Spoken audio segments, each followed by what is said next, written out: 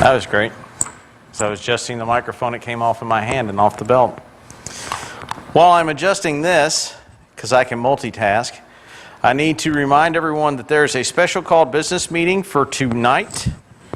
We would like to discuss the licensing of Tim Balsam into the gospel ministry, and we'll present all that information tonight. So tonight at 5:20, a special called business meeting.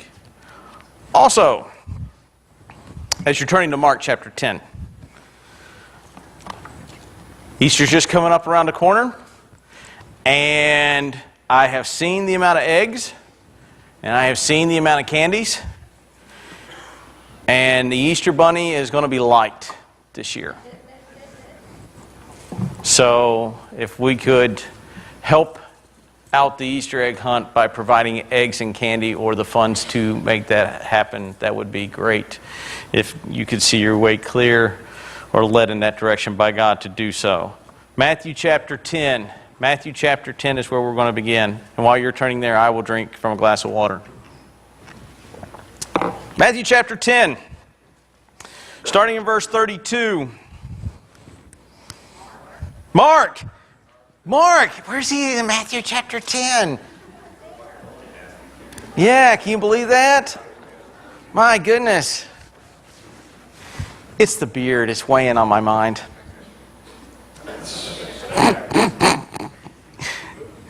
Wait for it, it'll catch up for the rest of you here in a minute. Mark chapter 10. Now I'm going to call him Matthew the whole time and he'll be confused. Mark chapter 10, starting in verse 32. Yeah, that'd have been a whole new sermon series, right? And they were on the road going up to Jerusalem, and Jesus was walking ahead of them, and they were amazed. And those who followed were fearful. And again, he took the 12 aside and began to tell them what was going to happen to him, and saying, "Behold, we are going up to Jerusalem, and the Son of Man will be delivered to the chief priests and to the scribes, and they will condemn him to death, and they will deliver him to the Gentiles, and they will mock him, they will spit upon him, they will scourge him, they will kill him, and 3 days later he will rise." And James and John, the two brothers of Zebedee, came to Jesus and said to him, "Teacher, we want you to do for us whatever we ask of you." And he said to them, "What do you want me to do for you?" And they said, "Grant us that we may sit that we sit us in your glory, to sit on your right and on your left hand." And Jesus said to them, "You do not know what you are asking. Are you able to drink the cup I drink? Are you able to, or be baptized with the baptism I am about to be baptized?" And they said to him, "We are able." And Jesus said to them, "The cup that I drink, you shall drink. And you shall be baptized with the baptism in which I am baptized. But to sit at my right or at my left is not mine to give, but is for those whom it has been prepared." And hearing this, the 10 began to feel indignant with James and John, and calling them to himself, Jesus said, "You know that those who are recognized as rulers of the Gentiles lord it over them, and their great men exercise authority over them. But it is not so among you, but whoever wishes to become great shall be a servant, and whoever wishes to be the first among you shall be a slave to all. And even the Son of Man did not come to be served, but to serve, and he gave his life as a ransom for many." All right, pick up here in Mark chapter 10, verse 32. And actually, if you go back and read 31, the phrase, that part of the chapter ends with, "But the many who are first will be last, and the last will be first." Sandwiched between this thought and the Son of Man coming is more identification, more revelation, more explanation of what is going to happen when Jesus goes to Jerusalem. And then the disciples miss it again.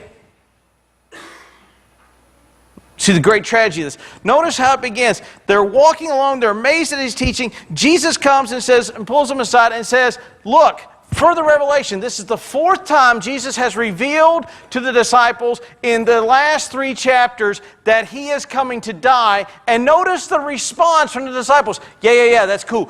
Anyhow, Jesus, back to where we were supposed to be. You can't get any clearer than the description that Jesus gives us about the coming of his death. Notice what he says. The Son of Man, once we get to Jerusalem, is going to be delivered. Now, he doesn't tell them by one of his own. Betrayed internally by one of his own. To the chief priests and scribes, the individuals he's been warning them about while they were in the boat, saying, beware the leaven of the Pharisees, the scribes, and the Herodians, and they're wondering whether or not they've got enough bread to get them across the shore. Be delivered over to these individuals. They will condemn me to death. Now the problem is, they can't execute. And here's the first reference to the Gentiles. To the Gentiles, basically to the Roman authorities. And then we see the process of the Passion event. They will mock him. They will spit upon him. They will scourge him. They will kill him. And 3 days later, he will rise again. You can't get any clearer than what Jesus is expressing to his disciples about what is going to happen to the Son of Man when they get to Jerusalem, and yet they go, well, that's kind of cool. No, don't understand that. See, a lot of this language is coming from 53 of Isaiah. You won't find the exact terminology there, but the imagery from Isaiah 53 is being prophesied by Jesus here in Mark. And notice what happens. Upon hearing that, Peter does this. Jesus says he's coming to die, and Peter says, oh, Lord, you don't know what you're talking about. Maybe you've been out in the sun too long. It's back in chapter 8. And Jesus renounces Peter right there on the spot, because he knows Peter knows what he's talking about. Immediately after saying that, James and John, two of the inner three. Now, the story of James and John is recorded in Matthew, and in Matthew's account, James and John's mommy asks. Doesn't matter. James and John are the root behind the issue. Mark records them.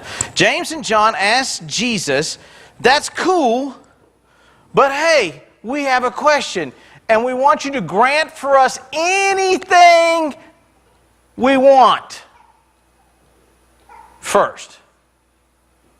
It's like when your friend calls you, and when you own a truck, you have friends.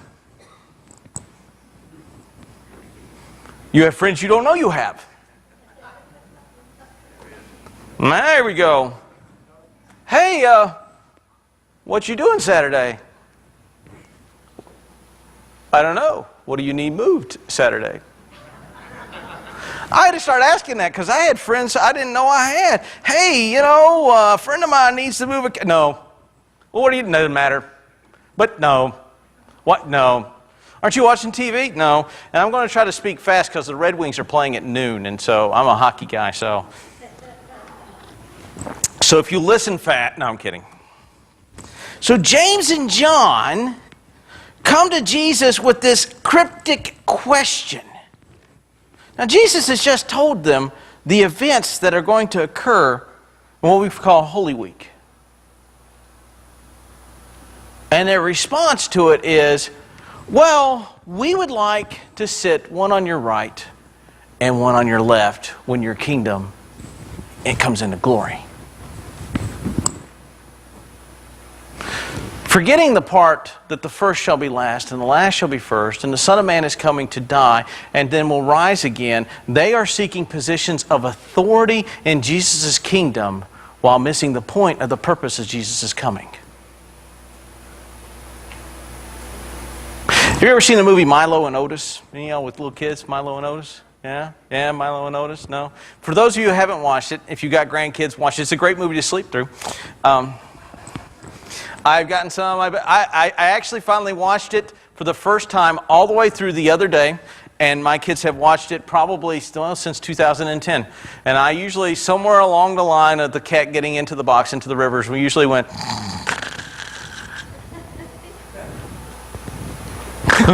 Anyhow, the only part that I really know really well is at the very beginning, and this is when Milo the cat is born. And Milo the cat is born, and he falls out of the loft, and he runs into a pug-nosed dog named Otis. And he looks at Otis, and he says, well, you're a strange-looking cat. To which Otis responds, I'm not a cat. I'm a dog. I'm a dog. I'm a dog. Right, you're a dog. But deep down, you're really a cat. No.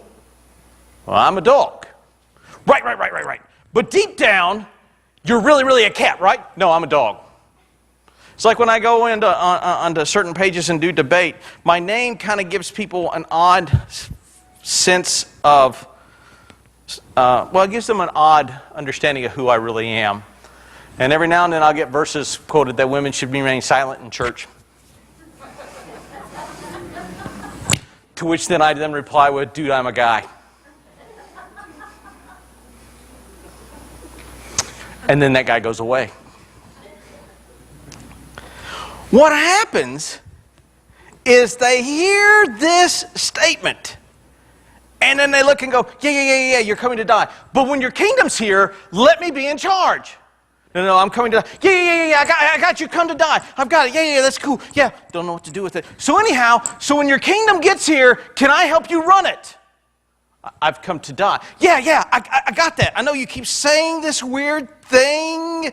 Last week we discussed what it meant to rise from the dead, and we still couldn't quite comprehend that. So, yeah, that's cool. But we want to sit at your right and left hand when your kingdom comes in. Yeah. I'm coming to die and then to raise again from the dead. We know you're not fitting our theology. So when you fit our theology, let us rule with you. It doesn't get any clearer. He gives more revelation about what's going on, and they're trucking right past it. Folks, the Bible gets very clear about the way we are to live, and a lot of times we truck right past it. See, they are looking for positions of authority in God's kingdom. And notice what Jesus says to them. Notice what he says. And notice the sheer arrogance of their position.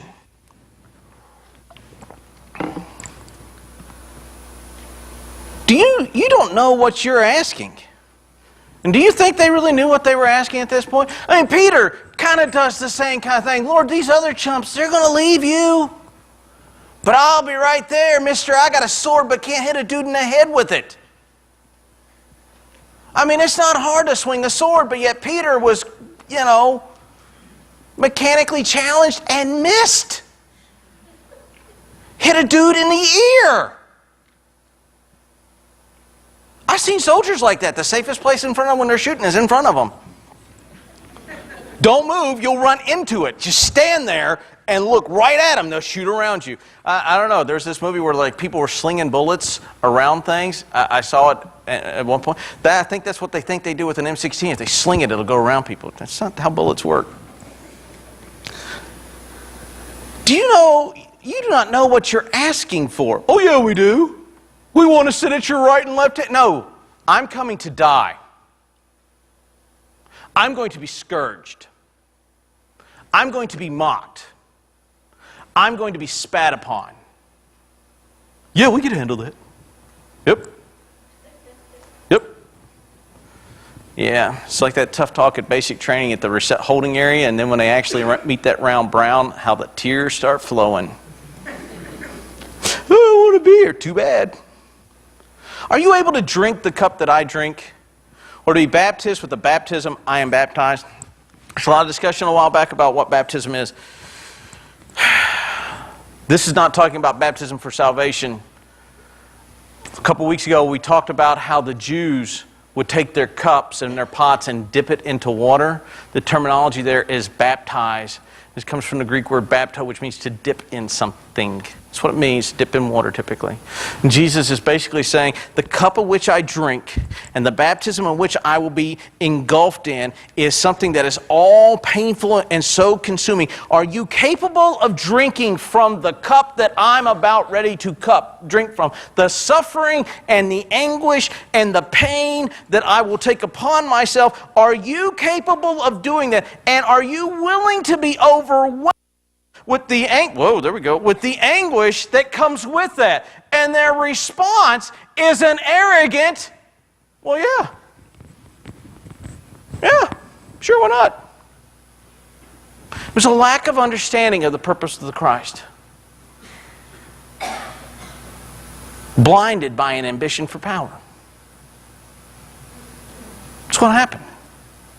Let us sit at your right and your left hand. That's what positions of honor and power are. They wish to be in positions of high authority. Why? Well, they were the inner three. Jesus took them to when they went to heal Jairus' daughter. Jesus pulled them aside and gave them this revelation first. They were the cool kids. The other guys were just hangers-on. They were the entourage.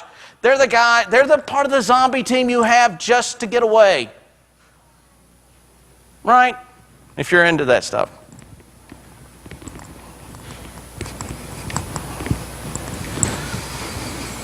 And Jesus said to them, and they said, we were able. And Jesus said to them, the cup of which I drink, you shall drink. And you shall be baptized with the baptism in which I am baptized with. James dies a martyr's death. Peter is executed upside down in Rome. John dies in exile on the island of Patmos. The disciples die horrific deaths, exception of John. They drink and suffer the sufferings of Jesus Christ. But they didn't realize it when they said yes. They did soon after.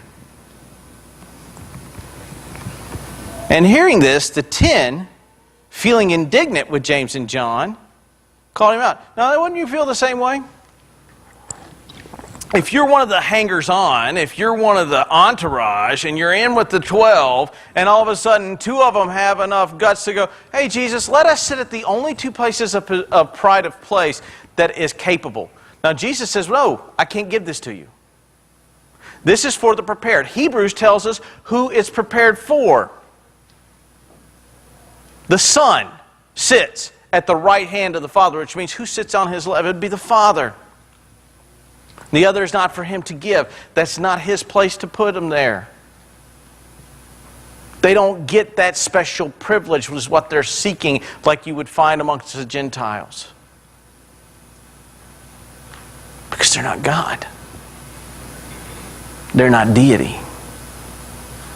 They're not here to take away the sins of the world through His death, burial, and resurrection.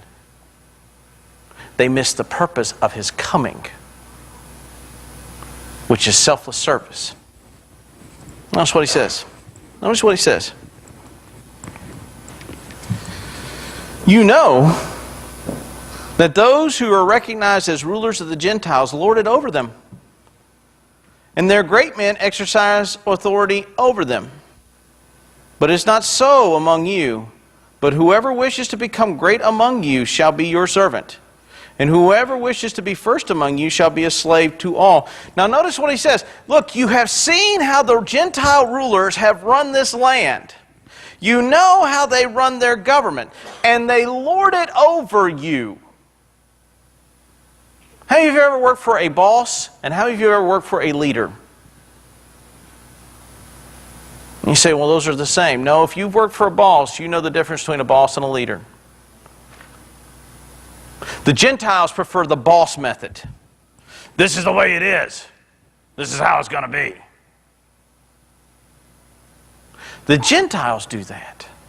The Gentiles take their position and use it to abuse people. They use their position of authority, or they scheme for positions of authority, or they reach for positions of authority they're not supposed to, and they use that position to lord it over their subjects.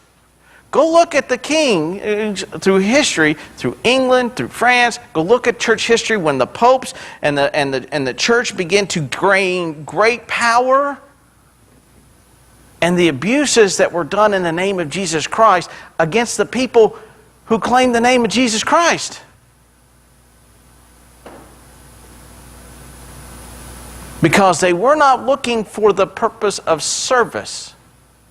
They were looking for, how best does this help me?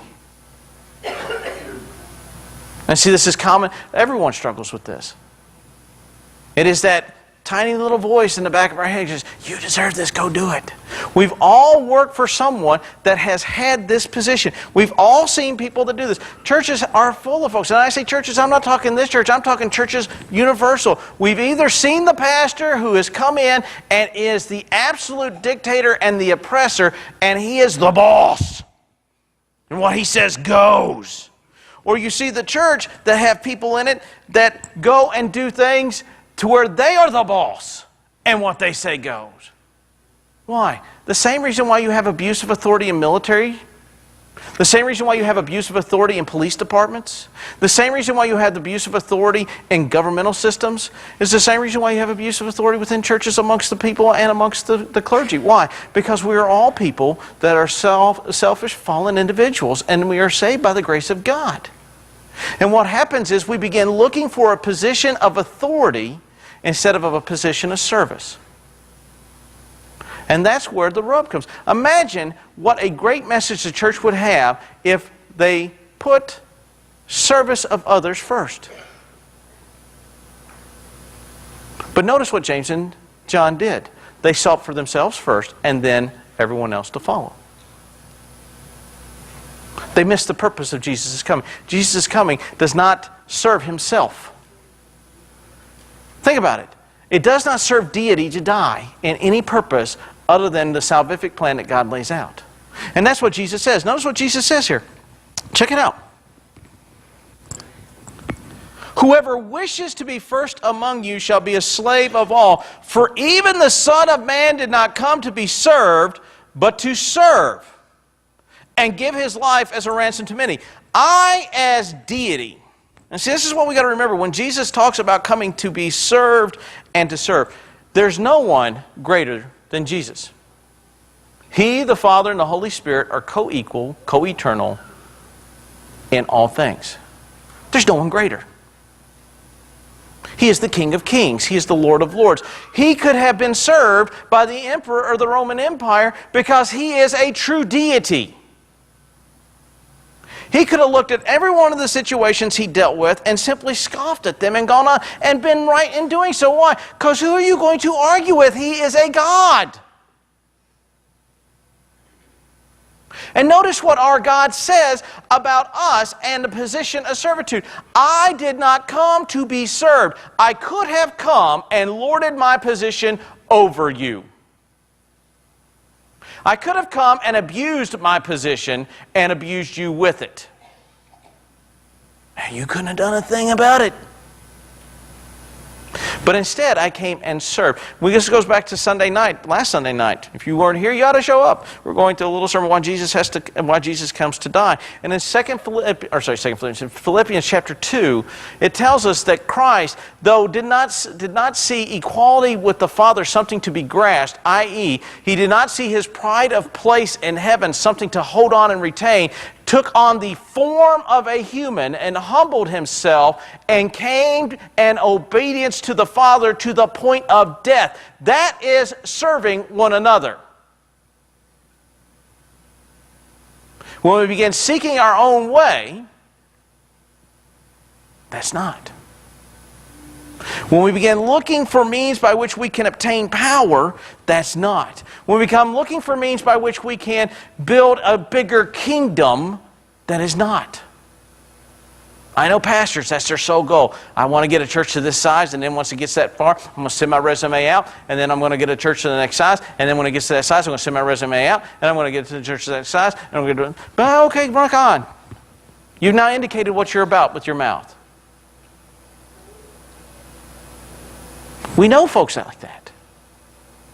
We know folks in our jobs like that. They are backstabber. We were talking about this in Sunday school. The model in business is how you get ahead is you get information on people and then you stab them in the spine with it. You find out weaknesses and then you move ahead. Or you dig into onto some folks and you utilize that. It's all about getting ahead regardless of the cost. And the fact of the matter is, Jesus' model takes that model and turns it on its head. Because it says, I, being God, who could have spoke you all out of existence because you are deserving of ultimate wrath. Unless, folks, we think that we're something good about us that makes God save us, there ain't nothing good about any of us. That's what makes grace so wonderful. We are all corrupt things. And the God of heaven sends His Son into the world to come and die for the very things that are deserving of death. That is ultimate service. Think of how radical our church and the church universal, the church in America's mission capability would be if that was our model. And here's the thing, folks. I'd like to tell you, I knock this out of the park on a weekly basis, but if you follow me down the road, you will see at times a guy who gets very upset at people who can never hear him. My wife is giggling because she gets to hear me. How many of us have been in line and watched people try to edge in, and then we push that shopping cart forward because, hey, there's a line. This isn't the back of it. Right?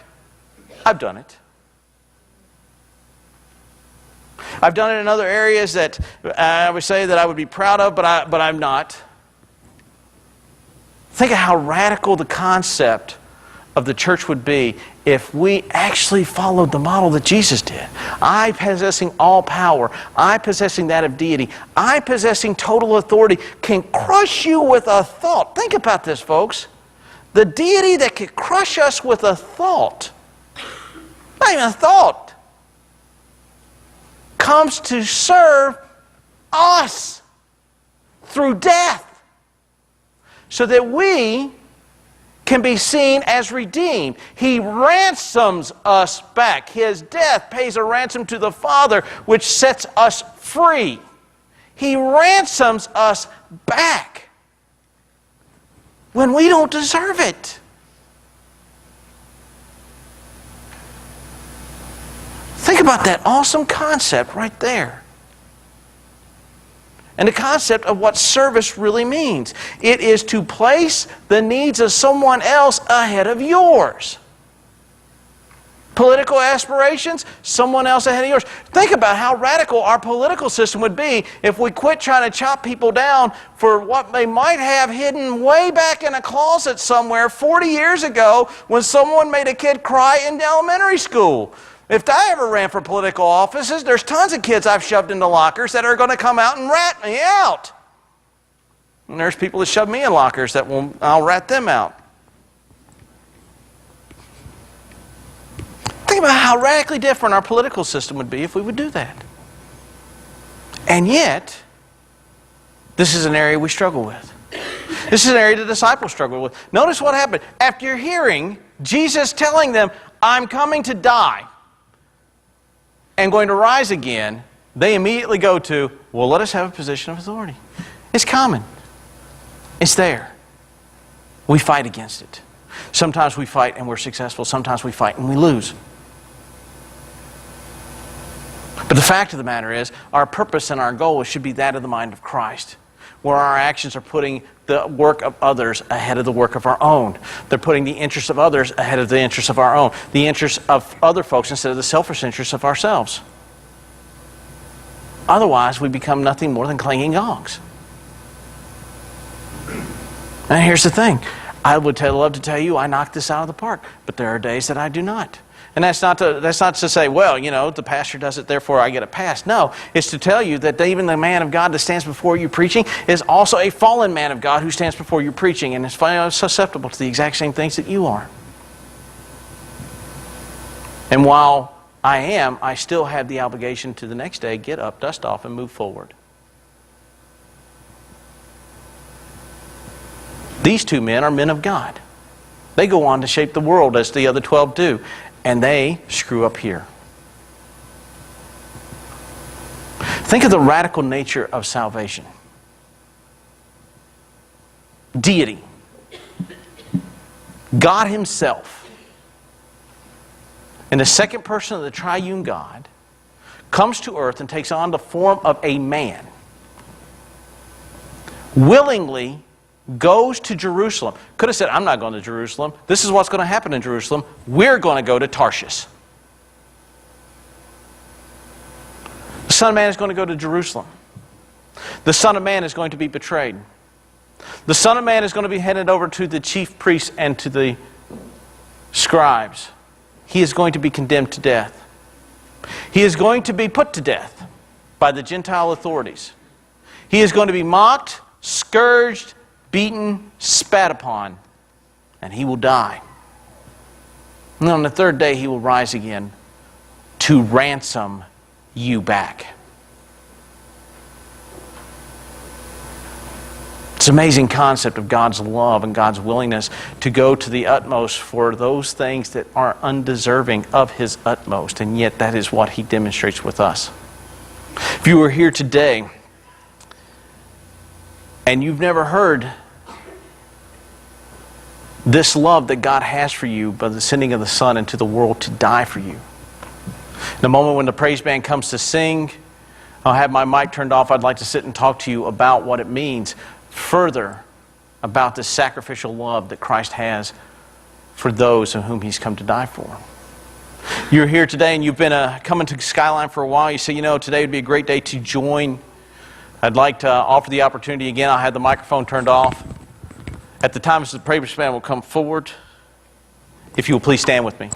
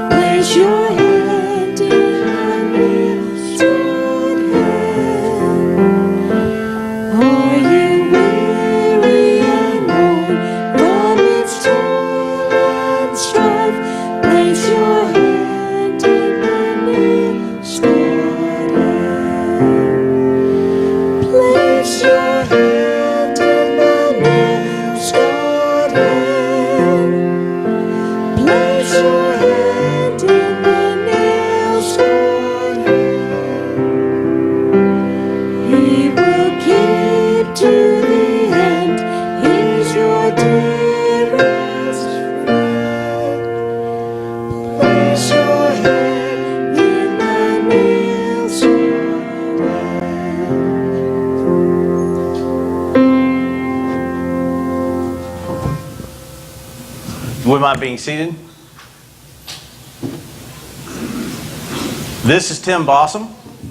If you haven't figured that out already, he's the guy that sings up there on the stage. One of us. One of them, yes. You play the guitar. That's right. And the beard. And the beard. And the beard. Expert on that. Tim has come to me a while back and said that he would like to go on to seminary and Bible college to become a minister in the gospel of Jesus Christ. And the deacons and I sat with him and talked to him about what that means in the process of licensing him. And so Tim has come forward to make his statement known that he is seeking Skyline's blessing, which is why we're having our call business meeting this evening, to be licensed by us into the gospel ministry. So Tim has come forward to make his public profession known. So as we close out in prayer, if Christina will come forward and stand with him, because no minister stands alone. He always has a wife rolling her eyes behind him. As we close out with prayer, as you cycle through, if you will please congratulate Tim into his call for gospel ministry, and then tonight we'll vote to affirm that in our meeting tonight. So, Brother Walter, if you'll close us out with a word of prayer.